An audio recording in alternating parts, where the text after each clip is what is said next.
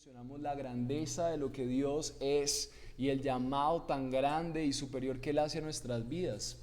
Y el Evangelio de Juan se trata de recordar eso y enfocarnos a la dimensión de quién es Jesús, la grandeza de lo que Él es y la importancia de que nosotros aterricemos un poco más quién es Jesús y por qué le seguimos. Entonces el texto que vamos a estar analizando durante este tiempo es un texto bien controversial, pero muy interesante.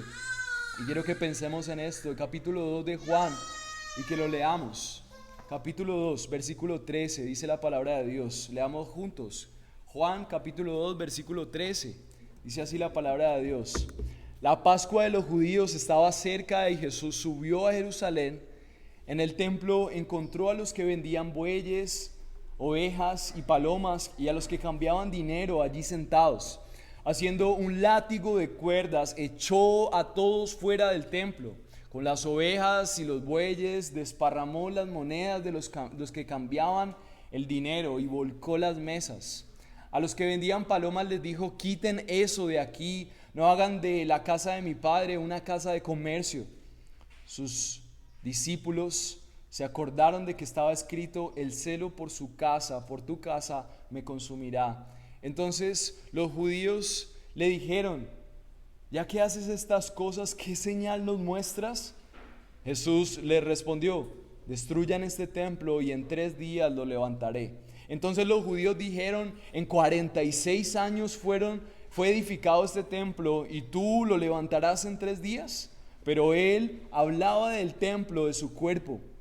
Por eso, cuando resucitó entre los muertos, sus discípulos se acordaron de que había dicho esto y creyeron en la escritura y en la palabra que Jesús había hablado.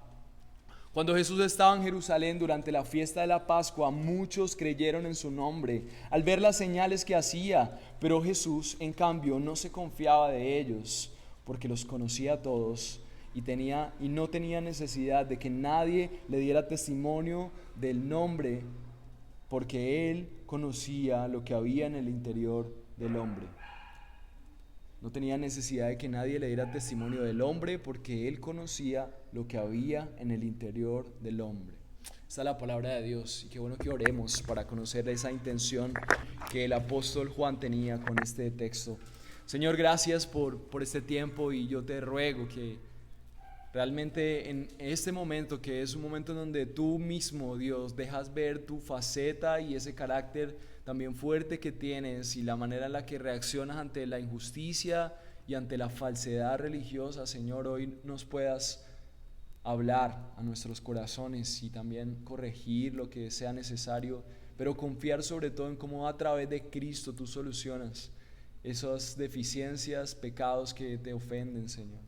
Te ruego por este tiempo para que sea tu palabra haciendo esa obra que solamente tu palabra puede hacer. Amén.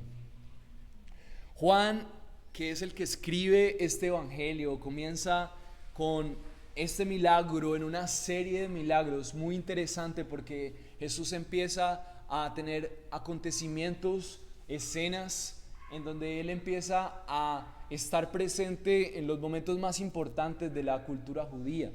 Y este es la fiesta más importante de los judíos.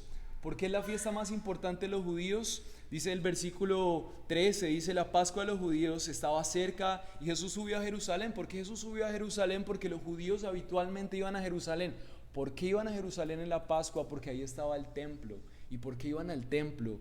Porque la Pascua simbolizaba que Dios había liberado en algún momento a su pueblo del cautiverio de un imperio muy poderoso, que era el imperio de Egipto. Ese gobierno había esclavizado al pueblo de Dios, y ellos habían visto cómo con milagros, las plagas de Egipto, Dios había liberado a ese pueblo. Y entonces Dios les dice: para que recuerden cómo yo soy su Dios, que los puedo liberar de la esclavitud, celebren cada año esta fiesta. Entonces, cuando Jesús vivía en estas tierras, todavía se estaba celebrando, y muchos siguen celebrando hasta el sol de hoy, la Pascua, que quiere decir pasar, la Pesach, que es cómo pasamos de la esclavitud a la libertad. Entonces es muy interesante, porque cuando Jesús viene a estas fiestas, es como si Él estuviera reconfigurando la fe de la gente. La gente estaba confiando en que celebrar esa fiesta les hacía a ellos recordar la libertad que tenían en Dios. Pero ahora venía el verdadero Dios hecho hombre a ayudarles a ellos a entender que ellos en Él y poniendo su confianza en Él, ellos podían experimentar la verdadera Pascua, la verdadera libertad. Cristo era la verdadera libertad. Entonces Jesús está reconfigurando la fe de aquellos que habían puesto su confianza en el Dios bíblico. Así que para nosotros hoy esto es muy importante. ¿Por qué? Porque cuando nosotros ponemos nuestra confianza en Jesús, también tenemos que entender que Él es el salvador de un sistema esclavizante. Nosotros vivimos en el mismo mundo, tal vez con características diferentes que ese tiempo, pero también tenemos un mundo que tiene la capacidad de esclavizar a aquellos que habitan en él. Y entonces nosotros necesitamos un Salvador que nos ayude a pasar de la esclavitud a la libertad. Y hoy vamos a ver de qué se trata esa esclavitud y cómo en Cristo nosotros experimentamos esa libertad, y lo vamos a ver a través de 3 puntos. El primer punto va a ser creer en Cristo, es ser celoso de la adoración. Hoy vamos a hablar acerca de eso. Después, creer en Cristo es entender que Cristo es celoso de manifestar una adoración al Padre, una adoración buena, una adoración agradable. El tercer punto va a ser que nosotros necesitamos buscar creer en Dios con celo, porque Él conoce nuestros corazones. Adorar con celo, adorar también con un corazón que realmente entiende que está haciendo las cosas para Dios. Así que el primer punto lo vamos a ver desde el versículo 13 hasta el versículo 17. Y el primer punto entonces es: creer en Cristo es ser celoso de la adoración. Y para poder avanzar vamos a definir qué significa la adoración. La adoración simplemente es el reconocimiento de la grandeza que hay en Dios. Ahora, cuando estábamos en las canciones, estamos recordando que solamente existe un Dios. Tal vez hay muchísimas creencias, pero la única forma en la que nosotros tenemos seguridad de que Dios existe es porque Jesús se hizo hombre, nos mostró sus milagros, resucitó de la muerte, ascendió a los cielos. No solamente la Biblia dice eso, sino que la historia, se los he dicho muchas veces, y eso nos da seguridad de que no hay nadie como Él, ¿sí? En la tumba de Mahoma están los huesos de Mahoma, y lo mismo cuando hablamos de otras religiones. Pero en cambio, cuando vemos a Jesús, no hay una tumba, la tumba está vacía. Él demuestra que tiene poder sobre la muerte, Él demuestra que tiene poder aún sobre la naturaleza, ordenado a las olas. Era evidente que Él no era un ser humano, y nosotros creemos, como la palabra de Dios dice, que Él era Dios. Y por lo tanto, entonces, si existe Dios, nosotros deberíamos de reconocerle como aquel que gobierna sobre nuestras vidas y sobre todo lo creado. Y por eso cuando le cantamos estamos reconociendo: tú eres Dios, tú eres grande, tú eres santo, eres diferente a nosotros. Entonces ese reconocimiento, cuando se vuelve especial, amoroso y dedicado, es adoración. Y el versículo 13 al 17 nos ayuda a ver cómo Dios mismo deja claro que es muy importante que si tú has confiado verdaderamente en Dios, tú también seas celoso de la adoración. Y esta es otra palabra que tenemos que definir. Los celos en este contexto son destructivos.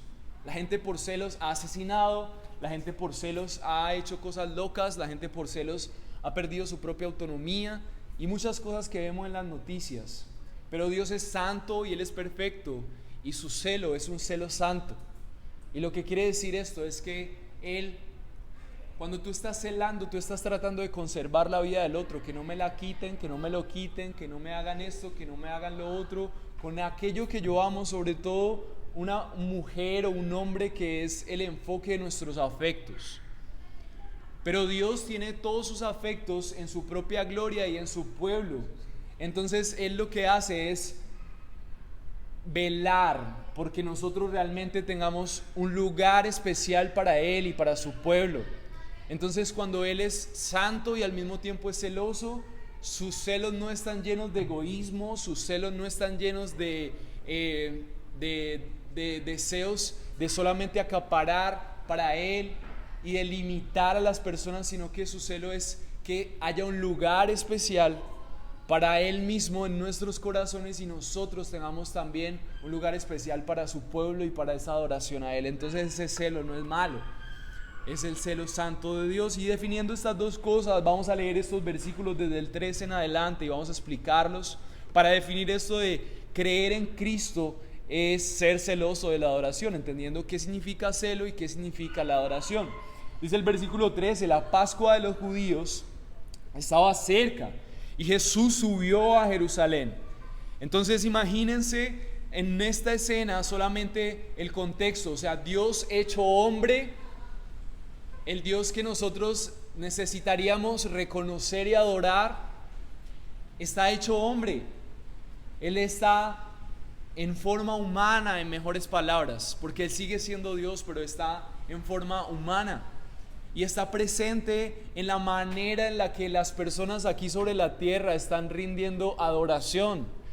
Y en el día tal vez más central de la cultura en adoración a Dios, entonces este Dios que tiene forma humana se dirige también con otros humanos a adorar a el Dios el cual Él era mismo, el Dios al que ellos adoraban.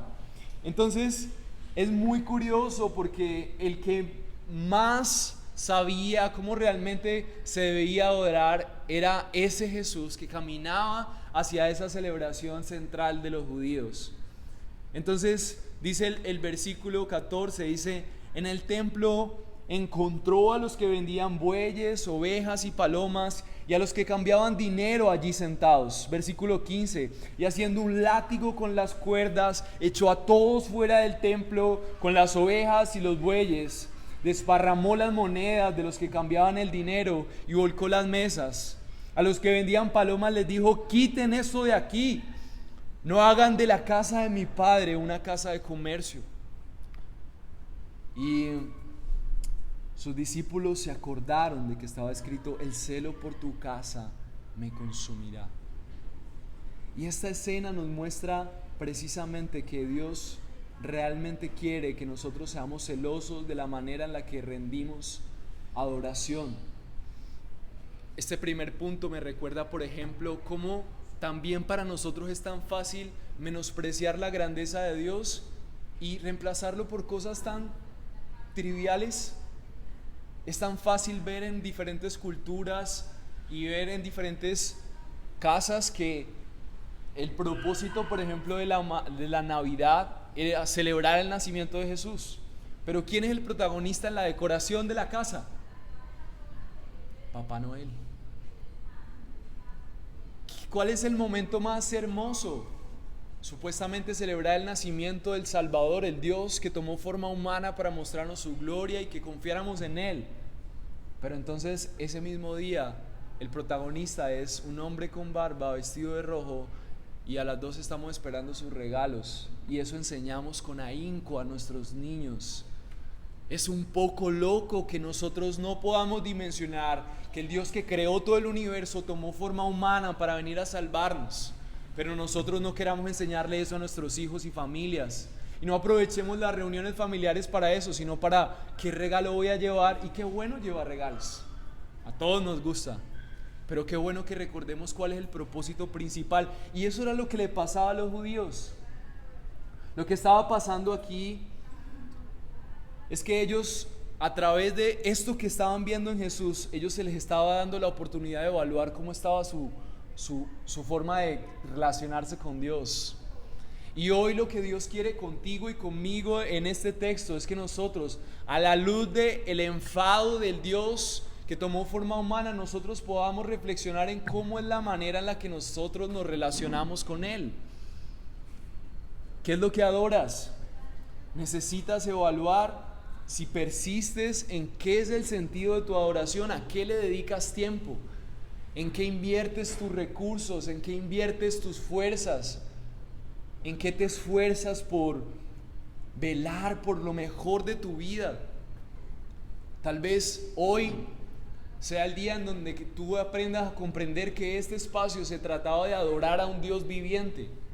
Tal vez, como yo anoche estudiando esto, tuve que pensar en realmente yo por qué estoy yendo allá, por qué realmente estamos haciendo todo esto, por qué venimos un domingo, por qué hay bautizos, por qué hay canciones, por tradición, simplemente porque es bueno, ¿O realmente nos damos cuenta que Dios existe y vale la pena adorarlo? Porque cuando nosotros reconocemos su grandeza, entonces reconocemos que Él es nuestro Dios. Pero hay una razón de por qué es tan importante. Miren el versículo 14, dice: en el templo encontró a los que vendían bueyes, ovejas y palomas, y a los que cambiaban dinero allí sentados. ¿Por qué Jesús estaba tan molesto y después hace un látigo y saca a esta gente, les vuelca las mesas? ¿Por qué Él estaba tan molesto? Bueno, resulta que los judíos que estaban alrededor de Jerusalén viajaban, porque como ellos sabían que tenían que celebrar como Dios los había liberado, el templo estaba en Jerusalén y ahí se hacían sacrificios en una manera de decir a Dios: estos animalitos que mueren son la representación de que en lugar de morir nosotros, muere un inocente y tú nos has perdonado a través de estos sacrificios. Y ellos recordaban que Dios era el Dios que les bendecía a través de cada momento en donde ellos pudieran celebrar este tipo de cosas anualmente. El perdón de Dios, ya Dios no está en rencor conmigo, estoy reconciliado con Él y Él me bendice, Él es mi Dios.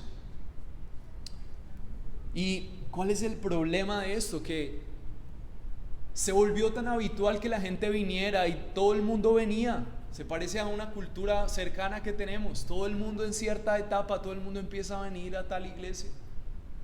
Y era tan habitual que la gente viniera que los locales empezaron a darse cuenta: bueno, pero esto es algo bueno. Y entonces dice que Jesús, ¿qué fue lo que encontró? Los que vendían bueyes. ¿Por qué había gente que vendía bueyes ahí? Porque los bueyes se usaban en sacrificio. Entonces la gente venir de otras ciudades a pie le quedaba muy difícil, era más fácil comprar el buey en el mismo templo. ¿Y quién eran los que vendían los bueyes? Los mismos familias sacerdotales. Entonces, dentro de la religión que parecía algo bueno, la gente empezó a normalizar que los líderes, que los pastores de la época también hicieran negocio con la fe. Se volvió normal.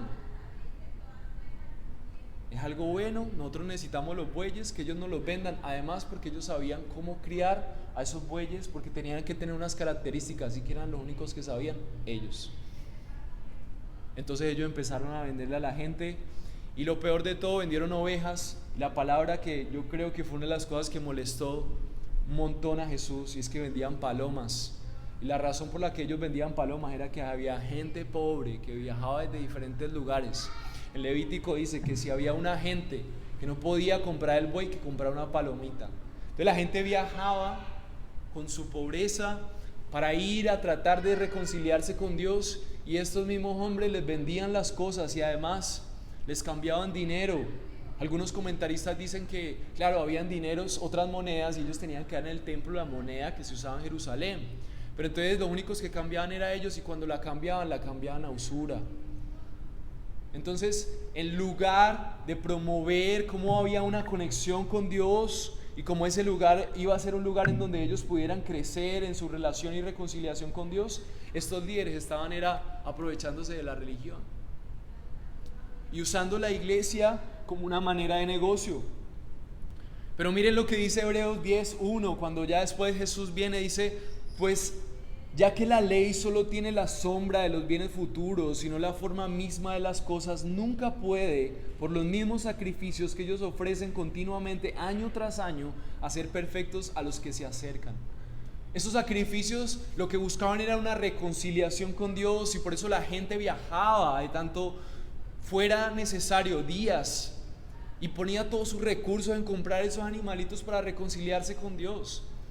Y entonces ellos pagaban, y aunque fueran pobres compraban esto porque querían estar bien con Dios. Y eso parece loco para nosotros, pero para nosotros también puede ser una realidad ese tipo de estilo de vida. Tal vez nosotros no estamos caminando hacia Jerusalén, pero hay cosas que nosotros hacemos para estar bien con nosotros mismos. Tenemos nuestros propios rituales para acercarnos a Dios, o para sentirnos bien con nosotros mismos, para decirle al mundo: yo no le hago daño a nadie. Tal vez tu sistema ritual sea tu trabajo, y es ahí donde tú te esfuerzas para sentirte bien contigo mismo, y eso se convierte en la manera en la que tú dices: soy bueno porque doy a mi familia. Y entonces Dios me puede bendecir porque yo estoy haciendo eso, o tal vez mi estudio, o tal vez mi moral, mis buenas obras y mi conducta, o tal vez solamente mi fuerza y mi ímpetu para crear mi propio estilo de vida. Pero lo que la palabra de Dios dice es que esos rituales tienen un problema, y es que no nos pueden hacer aceptables delante de Dios. Que esas personas estaban buscando una reconciliación con Dios, y el problema del ser humano es que aun si sea una gran persona, no tiene una buena relación con Dios por sus obras.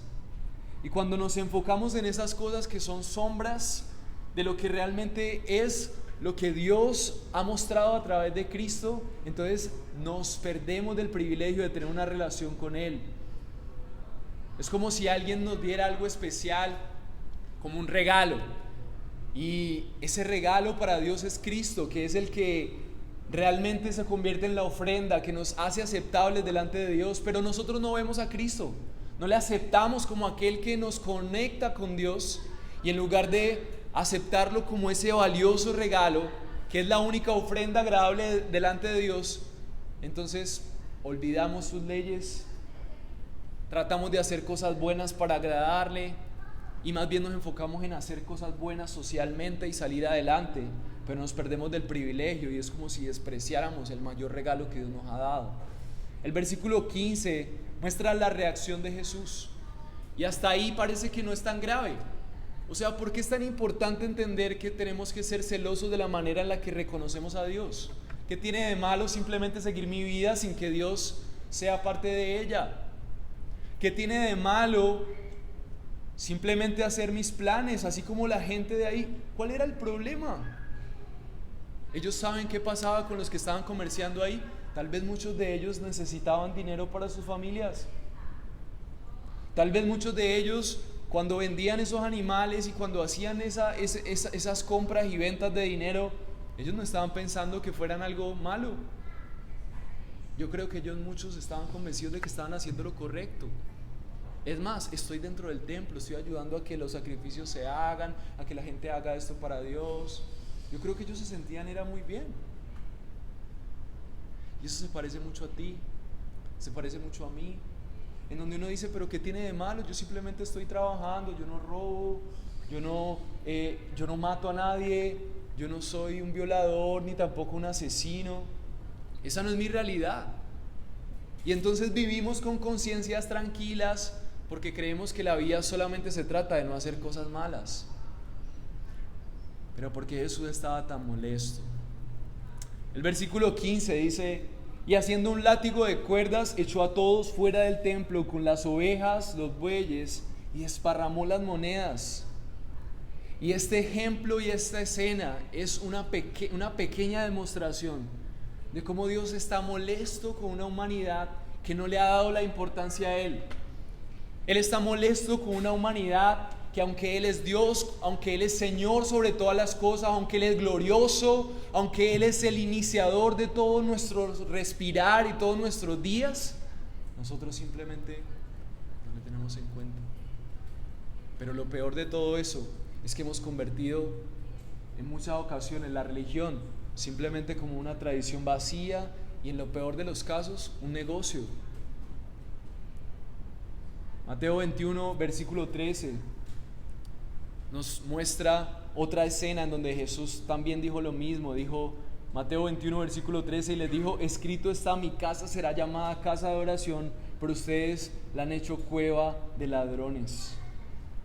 Y en este momento se cumple la profecía de Malaquías 3:1. Dice: yo envío a mi mensajero, y él preparará un camino delante de mí, y vendrá de repente a su pueblo.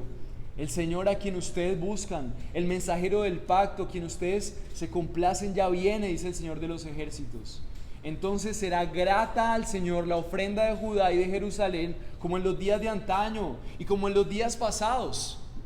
¿Y qué es lo que quiere decir esta profecía? Que Jesús, cuando viene en esta celebración, lo que viene es abrir los ojos a la gente, a decirle: miren, la religiosidad se les robó a ustedes la oportunidad de lo que realmente era la celebración de esta fiesta. ¿Y esto qué nos dice a nosotros? Necesitamos entender Que no es lo mismo decir yo creo en Dios porque es algo que tradicionalmente me enseñaron, a realmente yo estoy dispuesto a reconocer su grandeza, su señorío y su favor para mi vida. Y entonces yo reconozco que Él es Dios y que mi vida debería, a pesar de no ser perfecta, caracterizarse por ser radicalmente llena de confianza en lo que Dios es, radicalmente bíblica, radicalmente decidida en ver qué es lo que está bien y qué es lo que está mal delante de Dios con respecto a la fe. ¿Cómo es posible de que nosotros veamos cómo en nuestras ciudades se hace mercadeo con la religión? ¿Cómo es posible que hayan tantos pastores que están literalmente trasquilando a las personas con discursos de prosperidad? ¿Cómo es posible que todavía se vivan ese tipo de abusos dentro de la iglesia? Y la razón por la que eso sucede es porque a la gente no le importa. No nos importa realmente la gloria de Dios. No nos importa realmente si estas comunidades están representando realmente el Dios que es bueno, soberano, que es fiel, amoroso. Y por lo tanto nosotros deberíamos, ¿qué se está hablando de Él? ¿De qué manera estamos dándolo a conocer? Y en lugar de poner nuestra confianza en Él y que Él tenga un lugar especial en nuestros corazones, entonces nosotros más bien nos esforzamos por adorar otros dioses. Y nuestros dioses son el dinero, el trabajo, el amor, los sueños, los viajes. Y nos involucramos tanto en eso que tenemos una adoración fuerte en eso. No vemos las redes sociales inundadas de cómo Dios dice a través de las personas, miren, Dios, búsquenlo. No vemos cómo la gente está compartiendo la importancia de reconocer que Dios es respetable, es santo, no. Vemos en culturas europeas cómo los monasterios ya son los lugares perfectos para las fiestas electrónicas. Ya no hay respeto para esos lugares, porque así como decía John Piper, la misión existe porque la adoración se acabó. El problema del ser humano es un problema de adoración. Realmente para nosotros Dios no es respetable. Realmente para nosotros Dios no es digno de nuestra confianza ni de nuestro respeto. No le sentimos cerca. Y eso es un gran problema, porque cuando nosotros ya no confiamos en que Dios sea Dios y cuando ya no le respetamos, entonces nos pasa al igual que los israelitas.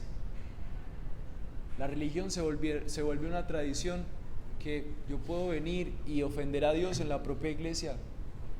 Y tal vez nosotros hoy no estamos vendiendo aquí cabras y haciendo mercadeo con la fe, pero puede que hoy usted, mientras estemos aquí, usted lo único que esté pensando es, ay, qué pereza, ya me quiero ir de aquí. O qué pereza, ya yo no entiendo esto qué tiene que ver con mi vida. O sea,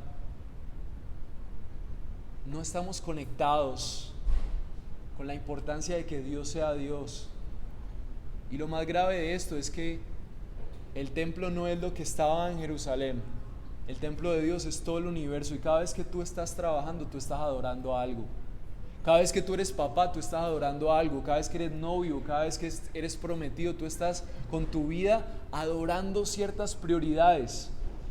¿Y estás adorando a Dios o estás adorando a tus propios ídolos, a tus propios sueños, a tus propias... ¿Y eso qué tiene de malo? Resulta que solamente existe un Dios. Y cuando nuestras vidas no están invirtiendo el tiempo suficiente para conocer la grandeza de Dios, entonces vamos a adorar cosas que definitivamente no nos van a hacer felices y nos esclavizan.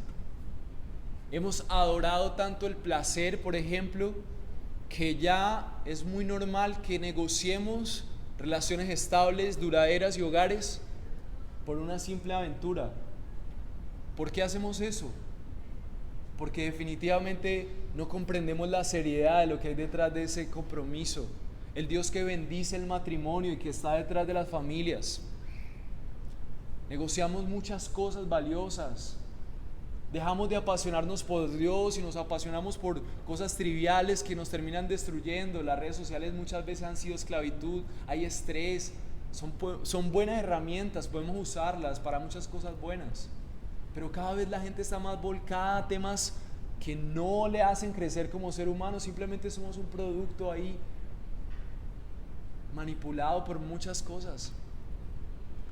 Y eso es porque estamos desconectados de que realmente Dios tenía un diseño para nuestra vida. Y hoy tenemos entonces una paradoja. ¿Cómo entonces somos salvos de nuestra ignorancia, de nuestra irreverencia? La pregunta de las personas que estaban aquí después de que Jesús hace todo esto es: ¿quién eres tú? El segundo punto es: Cristo es celoso de manifestar su celo por la adoración al Padre. El versículo 18 dice: los judíos le dijeron, ya que haces estas cosas, ¿qué señal nos muestras? La expresión de los judíos es: ¿quién eres tú para venir a voltearnos las mesas? Tienes que tener una autoridad. ¿Qué señal nos vas a dar? Era la expresión de ellos. ¿Y esto qué tiene que ver con nosotros? Muchas veces escuchamos estas expresiones. Muchas veces vemos que la palabra de Dios dice: mira, lo que deberías hacer es esto. Muchas veces escuchamos que el mensaje de Dios habla claro con respecto a tu vida debería hacer esto. Pero nosotros simplemente estamos pensando: ¿y por qué? ¿Por qué debería yo obedecer esto? ¿Por qué Dios no me muestra la evidencia? Una de mis oraciones al inicio era irreverente. Yo le decía a Dios: si tú eres real, entonces demuéstrame esto. Porque no confiamos en que Dios sea Dios y no confiamos en su amor. Entonces ellos no creían que Jesús era Dios hecho hombre y que les estaba mostrando: hey, vas por el camino de la religiosidad y aún estás ofendiendo a Dios con eso. Miren, el problema más grande de esta humanidad es que no se da cuenta que así no haga nada malo, está ofendiendo a Dios con todo lo que hace. Cada vez que nosotros creamos una familia sin los patrones bíblicos, la gente celebra suntuosas. Este lugar es un lugar donde la gente paga millones por casarse, aquí. Invertimos recursos, es lo mismo que en la época, recursos por lugares y por momentos, sacrificios que nos hace sentir bien, pero no tenemos ni idea de lo que significa el matrimonio y comenzamos un proyecto para toda la vida sin entender lo que significa. ¿Quién creó el matrimonio? Dios. Si no tienes una relación con Dios y no conoces lo que realmente significa el matrimonio, entonces ese matrimonio va a ser todo menos lo que Dios quiere. Y tal vez tienes las mejores intenciones, pero el único que sabe realmente qué es el matrimonio es Dios. Y si tú no tienes una relación con Dios para preguntarle: Dios, quiero que bendiga mi matrimonio y me guíes, entonces ese matrimonio no va a poder adorar a Dios con lo que hace. Y asimismo con el trabajo. Queremos emprender, queremos relacionarnos, queremos trabajar, queremos ganar dinero, cosas que no parecen malas. Pero cuando Dios no está en la ecuación, entonces vamos a ser como esos judíos que simplemente no sabían porque había algo de malo. Pero lo peor de todo, cuando alguien venga a hablarnos acerca de que hay otro camino y que Dios muestra otro camino, nos va a parecer irrespetuoso. Olvidando que Dios es quien gobierna, Él es el Señor. Ellos se olvidaban de quien les estaba hablando era Dios mismo, en forma humana. El versículo 19 muestra cuál es la actitud de Jesús frente a estos corazones indiferentes. Jesús les respondió: destruyan este templo y en 3 días lo levantaré. Entonces los judíos dijeron: en 46 años fue edificado este templo y tú lo levantarás en 3 días. Pero Él estaba hablando del templo de su cuerpo. Lo que estaba diciendo Jesús era que Él moriría y lo iban a destruir, y que el templo de su cuerpo iban a destruirlo, pero en 3 días se levantaría. Pero ¿por qué Jesús no le respondió de manera más clara? Desde aquí vemos que Jesús tenía una intención con los judíos y Él quería hacerles entender que Él estaba totalmente en desacuerdo de su sistema religioso. Él no se preocupó por explicarles: miren, esto es lo que tienen que entender, esto no es así. Pero sus corazones, como estaban tan duros, más adelante vemos que Él dice que no se confía en ellos. Y Cristo es celoso de manifestar el celo por la adoración al Padre, para que nosotros podamos entender que si nosotros ponemos nuestra confianza en Jesús, no podemos seguirle de cualquier manera. No podemos simplemente asumir que yo tengo una relación con Dios cuando yo hago las cosas con Él a mi manera. No podemos creer que Dios no tiene problemas conmigo cuando en mi vida nunca he estado interesado en que Dios haga parte de mis planes. Yo no puedo estar tranquilo y con una conciencia en paz cuando yo me levanto cada día sin pedirle a Dios que guíe mis pasos. Yo no puedo estar en paz Porque lo que me muestra esta escena es que Dios está molesto con una humanidad que adora todo menos a Dios. Y los lugares en donde muchas veces menos se adora a Dios es en la iglesia. Porque la gente lo que va es a adorar a sus propios ídolos. Y por eso nos encantan, y las iglesias que predican acerca de prosperidad, venga, ponga la plata a usted que Dios lo va a bendecir, esas iglesias están llenas. ¿Qué está adorando esa gente? No está adorando a Dios. Tal vez habrán corazones sinceros ahí. Tal vez sí, yo creo que Dios usa esos lugares. Pero la mayoría de personas están adorando a su propia vida. Están diciéndole a Dios, mira, yo te digo con esta plática que hagas este trabajito en mi vida. Y ese no es el Dios bíblico. El Dios bíblico tiene una manera en cómo Él debe ser adorado. Y el mundo no sabe cómo adorarlo porque no lee las escrituras, porque no le interesa congregarse, porque está adorando sus propios dioses, porque está llevando ofrendas diarias de esfuerzo, de dedicación al trabajo para conseguir más dinero, porque cree que el que lo va a salvar es la cuenta de banco, y no es así. Está en enemistad contra Dios. Por eso el salmista David decía, tu misericordia es mejor que la vida. El salmista ya se había dado cuenta que la misericordia de Dios, el amor de Dios, era mucho mejor que tener mucha plata. El rey más próspero de Israel, el más poderoso, se había dado cuenta que la misericordia y el amor de Dios era mejor que el poder que podía tener David. Y esto nos lleva a pensar cuál es nuestra actitud. Somos como esos que tal vez escuchamos estos mensajes y decimos, pero ¿por qué? No quiero ser un religioso. Pero Jesús vino, y la razón por la que Él viene a protagonizar de una manera tan... Él estaba volcando las mesas. Nunca vimos a Jesús tan enojado. Dios es un Dios soberano y tiene planes perfectos con la misión que Jesús vino a hacer. Y si en la fiesta más importante de los judíos Él protagoniza mostrando su ira volteando mesas, es porque ese acontecimiento es importante. ¿Y qué tiene que ver con nosotros? Que el tiempo sigue pasando y nosotros cada vez somos más indiferentes a cómo debería ser nuestra actitud frente a Dios. ¿Qué pasó cuando Isaías vio la imagen de lo que era Dios? ¡Ay de mí, que soy pecador! Nuestra actitud debería ser reverencia. ¿Por qué? Porque Dios es perfecto, tenía un plan perfecto para su pueblo, creó este mundo para que nosotros agradeciéramos y le adoráramos. Pero nosotros estamos usando los recursos naturales, nuestro cuerpo y todo lo que somos para hacer nuestros bellos planes, pero con esos bellos planes estamos destruyendo la naturaleza, proponiendo modelos sexuales que no son, proponiendo economías que destruyen a los demás, que son corrosivas con el medio ambiente. No nos interesa que Dios tenga el centro. Entonces tenemos un gran problema, pero también hay una gran esperanza. Y es que Cristo viene a mostrarnos la importancia de que nosotros podamos reconocer la manera en la que nosotros le adoramos. Tenemos la oportunidad de no ser como los judíos en ese momento, en donde lo único que le dijeron a Jesús, pero ¿qué vas a hacer para que realmente te creamos?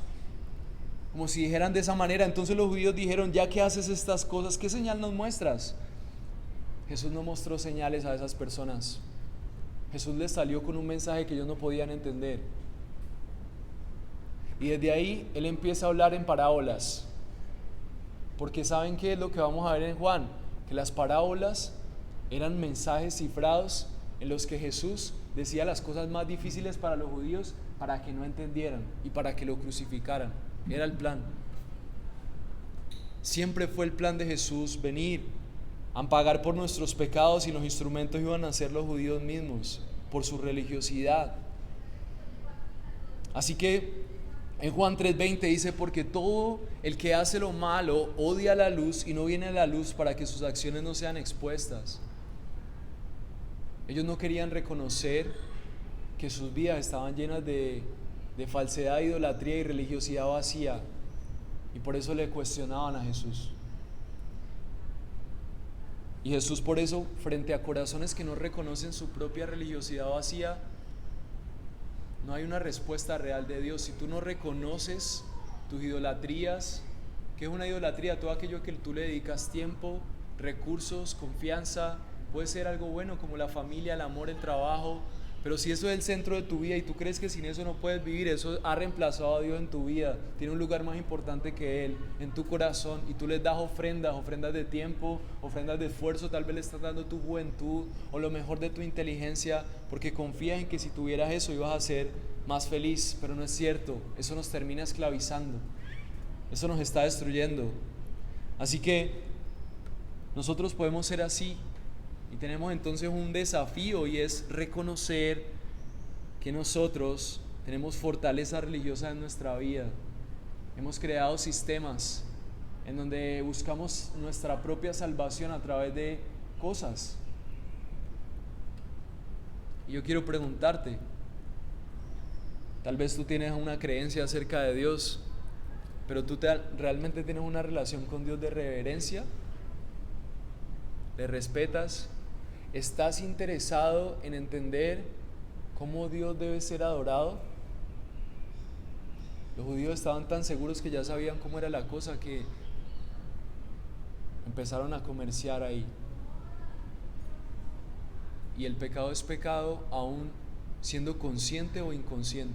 Puede que usted no sepa, pero usted hoy ya es consciente de que hay una manera en la que Dios merece ser adorado. Y es su responsabilidad buscar en la palabra de Dios, congregarse y buscar a personas que le ayuden a entender cómo su vida puede ser agradable delante de Dios. Porque la escena que vemos de Jesús volteando las mesas no es sino una pequeña muestra de cómo la ira de Dios está sobre aquellos que siguen viviendo vidas indiferentes a Él, destruyendo a otros, ignorando al Rey.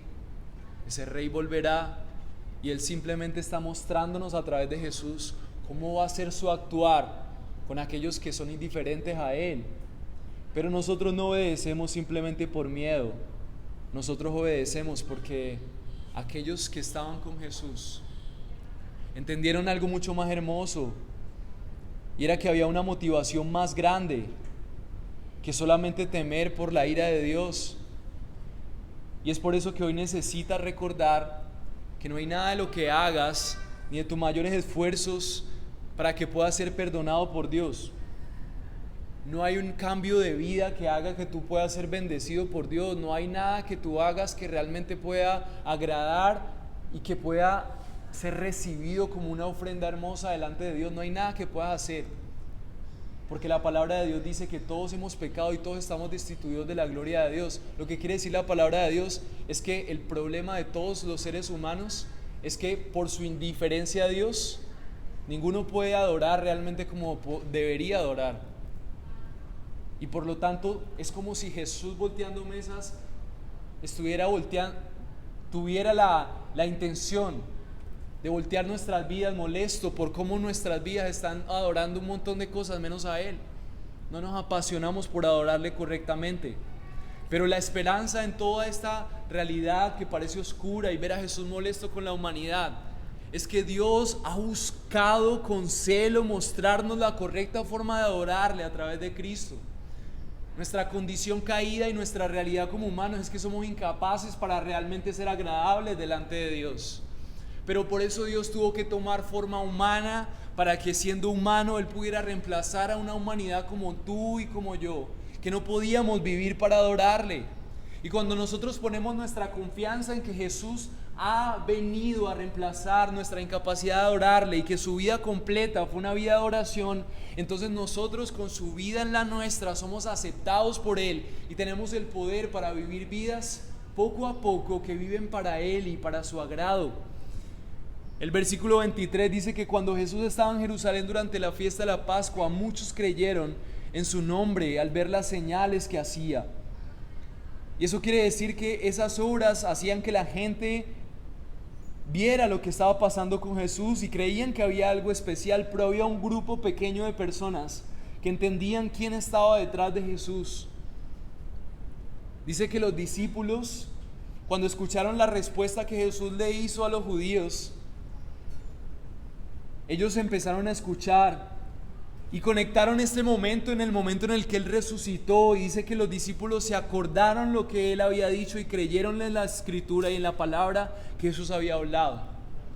Entonces, cuando una persona entiende que Dios a través de Jesús nos está mostrando el camino de cómo nosotros deberíamos adorar al Padre, entonces esa persona empieza a confiar en que la vida de Jesús y una relación con Él es lo único que necesita. Santiago 2:1 dice así: tú crees que Dios es uno, haces bien, también los demonios creen y tiemblan, pero ¿estás dispuesto a admitir, oh hombre vano, que la fe sin obras es estéril? ¿No fue justificado por las obras a Abraham, nuestro padre, cuando ofreció a Isaac su hijo sobre el altar? Lo que nosotros vemos a través de la enseñanza de Santiago es que no solamente es suficiente con decir yo creo en Dios, yo creo en Jesús, sino que esa fe puesta en Jesús, esa adoración que Jesús dio al Padre aquí en la tierra, cuando nosotros confiamos en Él, Él empieza a vivir en nosotros y produce unas obras, un estilo de vida que realmente está dispuesto a agradar a Dios. No es suficiente con una encuesta en donde podamos hacerle a la mayor cantidad de población en Colombia y todos van a decir, ¿usted cree en Dios? Y todos van a decir, sí, yo creo en Dios. Pero sus vidas totalmente niegan lo contrario. Y entonces eso nos dice, al igual que esta escena, que no hemos comprendido que toda nuestra vida es adoración. Todo lo que tú haces está haciendo una adoración a Dios o no. Y cuando vamos a ver la radiografía de nuestras vidas, nos damos cuenta que nuestra fe puede estar muerta. Es una fe simplemente en un Jesús que existió, pero no está vivo en mí para producir una vida que adore a Él. Versículo 31 del capítulo 7 de Juan dice: pero muchos de la multitud creyeron en Él y decían, cuando el Cristo venga, ¿acaso hará señales de las que Él ha hecho? O sea, la gente se preguntaba, Jesús es importante y las señales que hace es importante, pero había duda en ellos. No confiaban en que realmente Él fuera lo que dice que es, y era Dios hecho hombre, viniendo a reemplazar el problema de la humanidad, y es que adora todo menos a Dios. Versículo 24 dice: pero Jesús en cambio no se fiaba en ellos porque conocía a todos.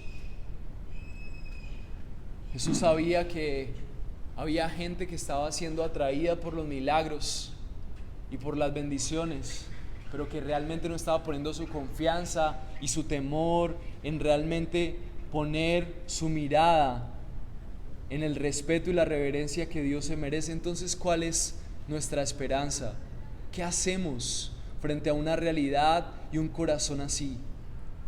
Y es aquí donde Hebreos 10 nos da la esperanza y la manera en la que Dios nos da la salida de un mundo y de una vida que no quiere agradar a Dios.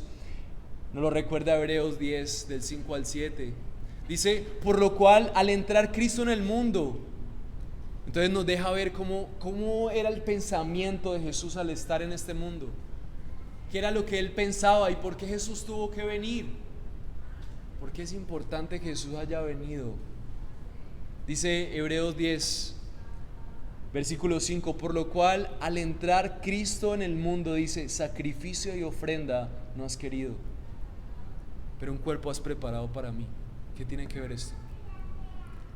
Cuando Jesús viene al mundo, cuando Jesús se encarna y ve la realidad de todo lo que está pasando con los humanos, se da cuenta que ninguno de sus esfuerzos, ninguna de sus ofrendas, ninguna de sus adoraciones pueden ser agradables delante de Dios, porque Dios quería un pueblo que fuera tal cual como Él esperaba, que fuera perfecto, que le adorara toda su vida, se tratara de agradar a Dios. ¿Y quién es así? Nadie, ni yo, ni el Papa, ni ningún pastor, por más famoso que sea, ni nadie realmente puede vivir una vida agradable a Dios, porque aún nuestras mejores obras están llenas de orgullo.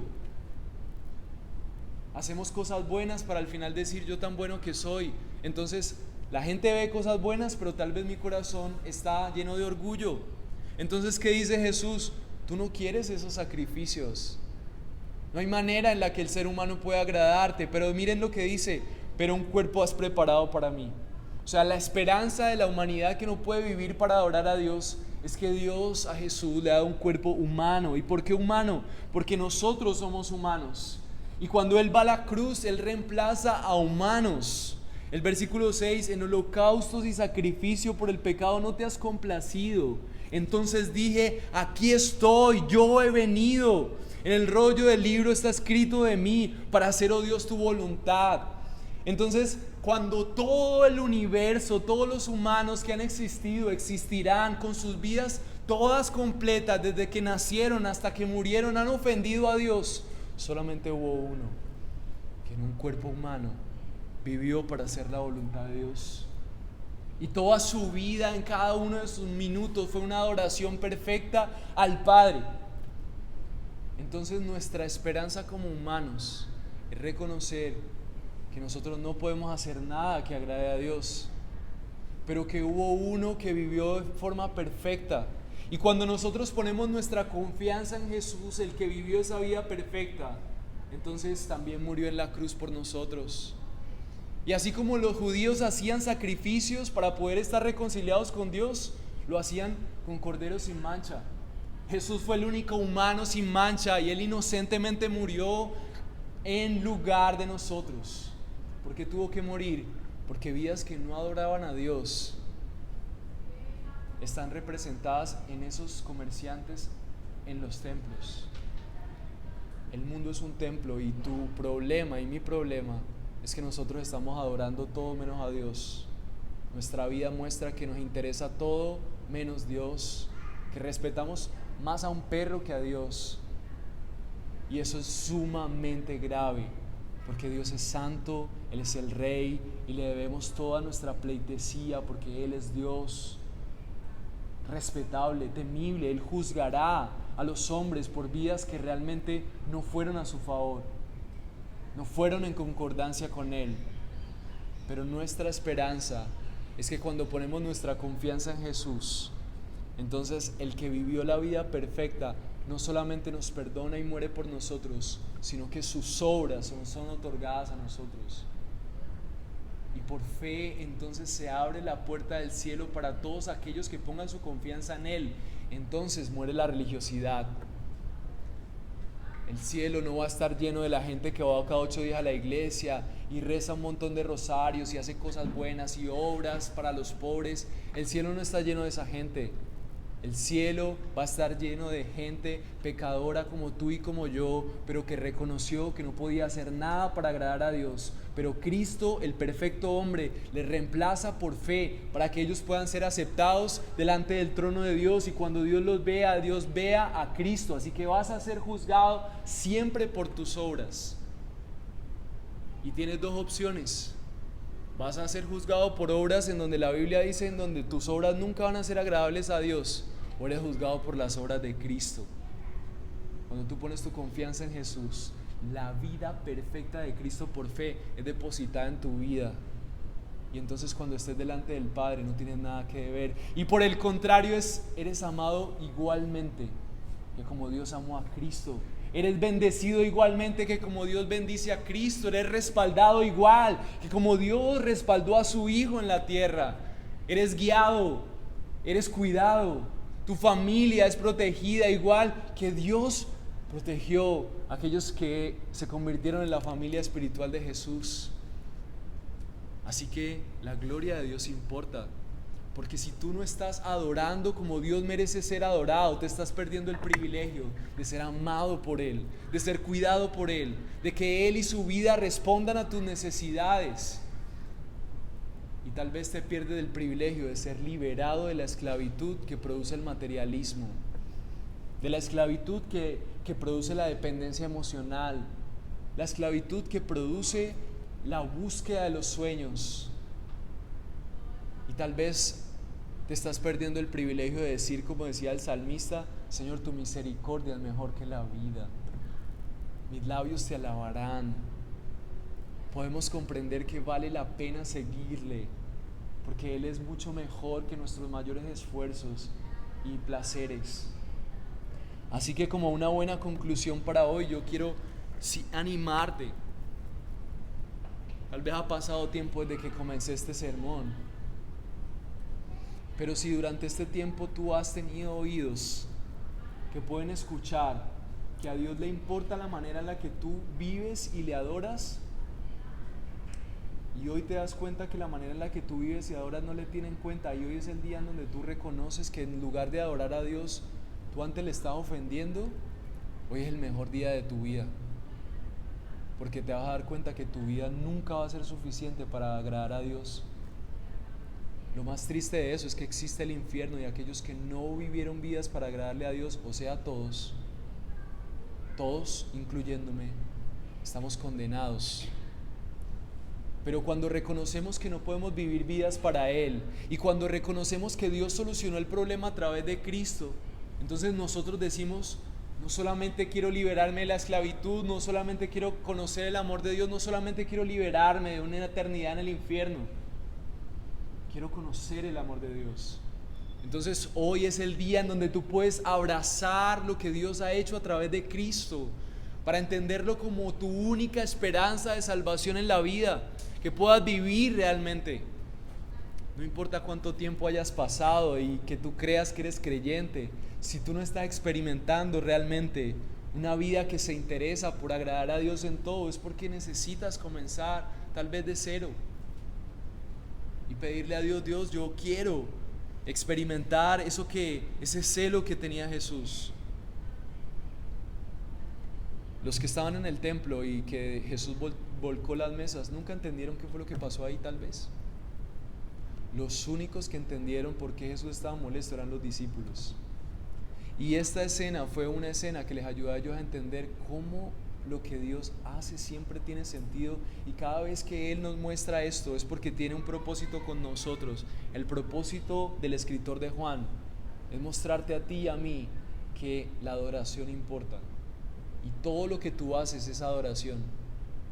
Tú debes de considerar si tú estás viviendo una vida para adorar y agradar a Dios, y si no es así, hoy es el hermoso día en donde tú puedes arrepentirte de vivir una vida que en lugar de adorar a Dios le ofende, y poner tu confianza en el único que realmente vivió una vida para agradar siempre a Dios, porque solamente por la fe puesta en Él entonces tú eres reconciliado con Dios, y es hermoso porque ya no hay culpa, ya no hay juicio.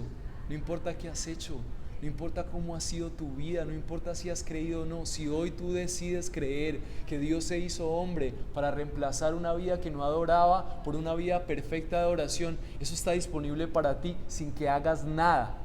Y eso es lo espectacular del mensaje del Evangelio, que existen estos lugares para recordarnos a nosotros que la diferencia del cristianismo y otras religiones es que nosotros no tenemos que hacer nada para ser aprobados por Dios. Lo único que tenemos que hacer es poner nuestra confianza en que Jesús era Dios y que vino a reemplazarnos en vidas que no le adoraban.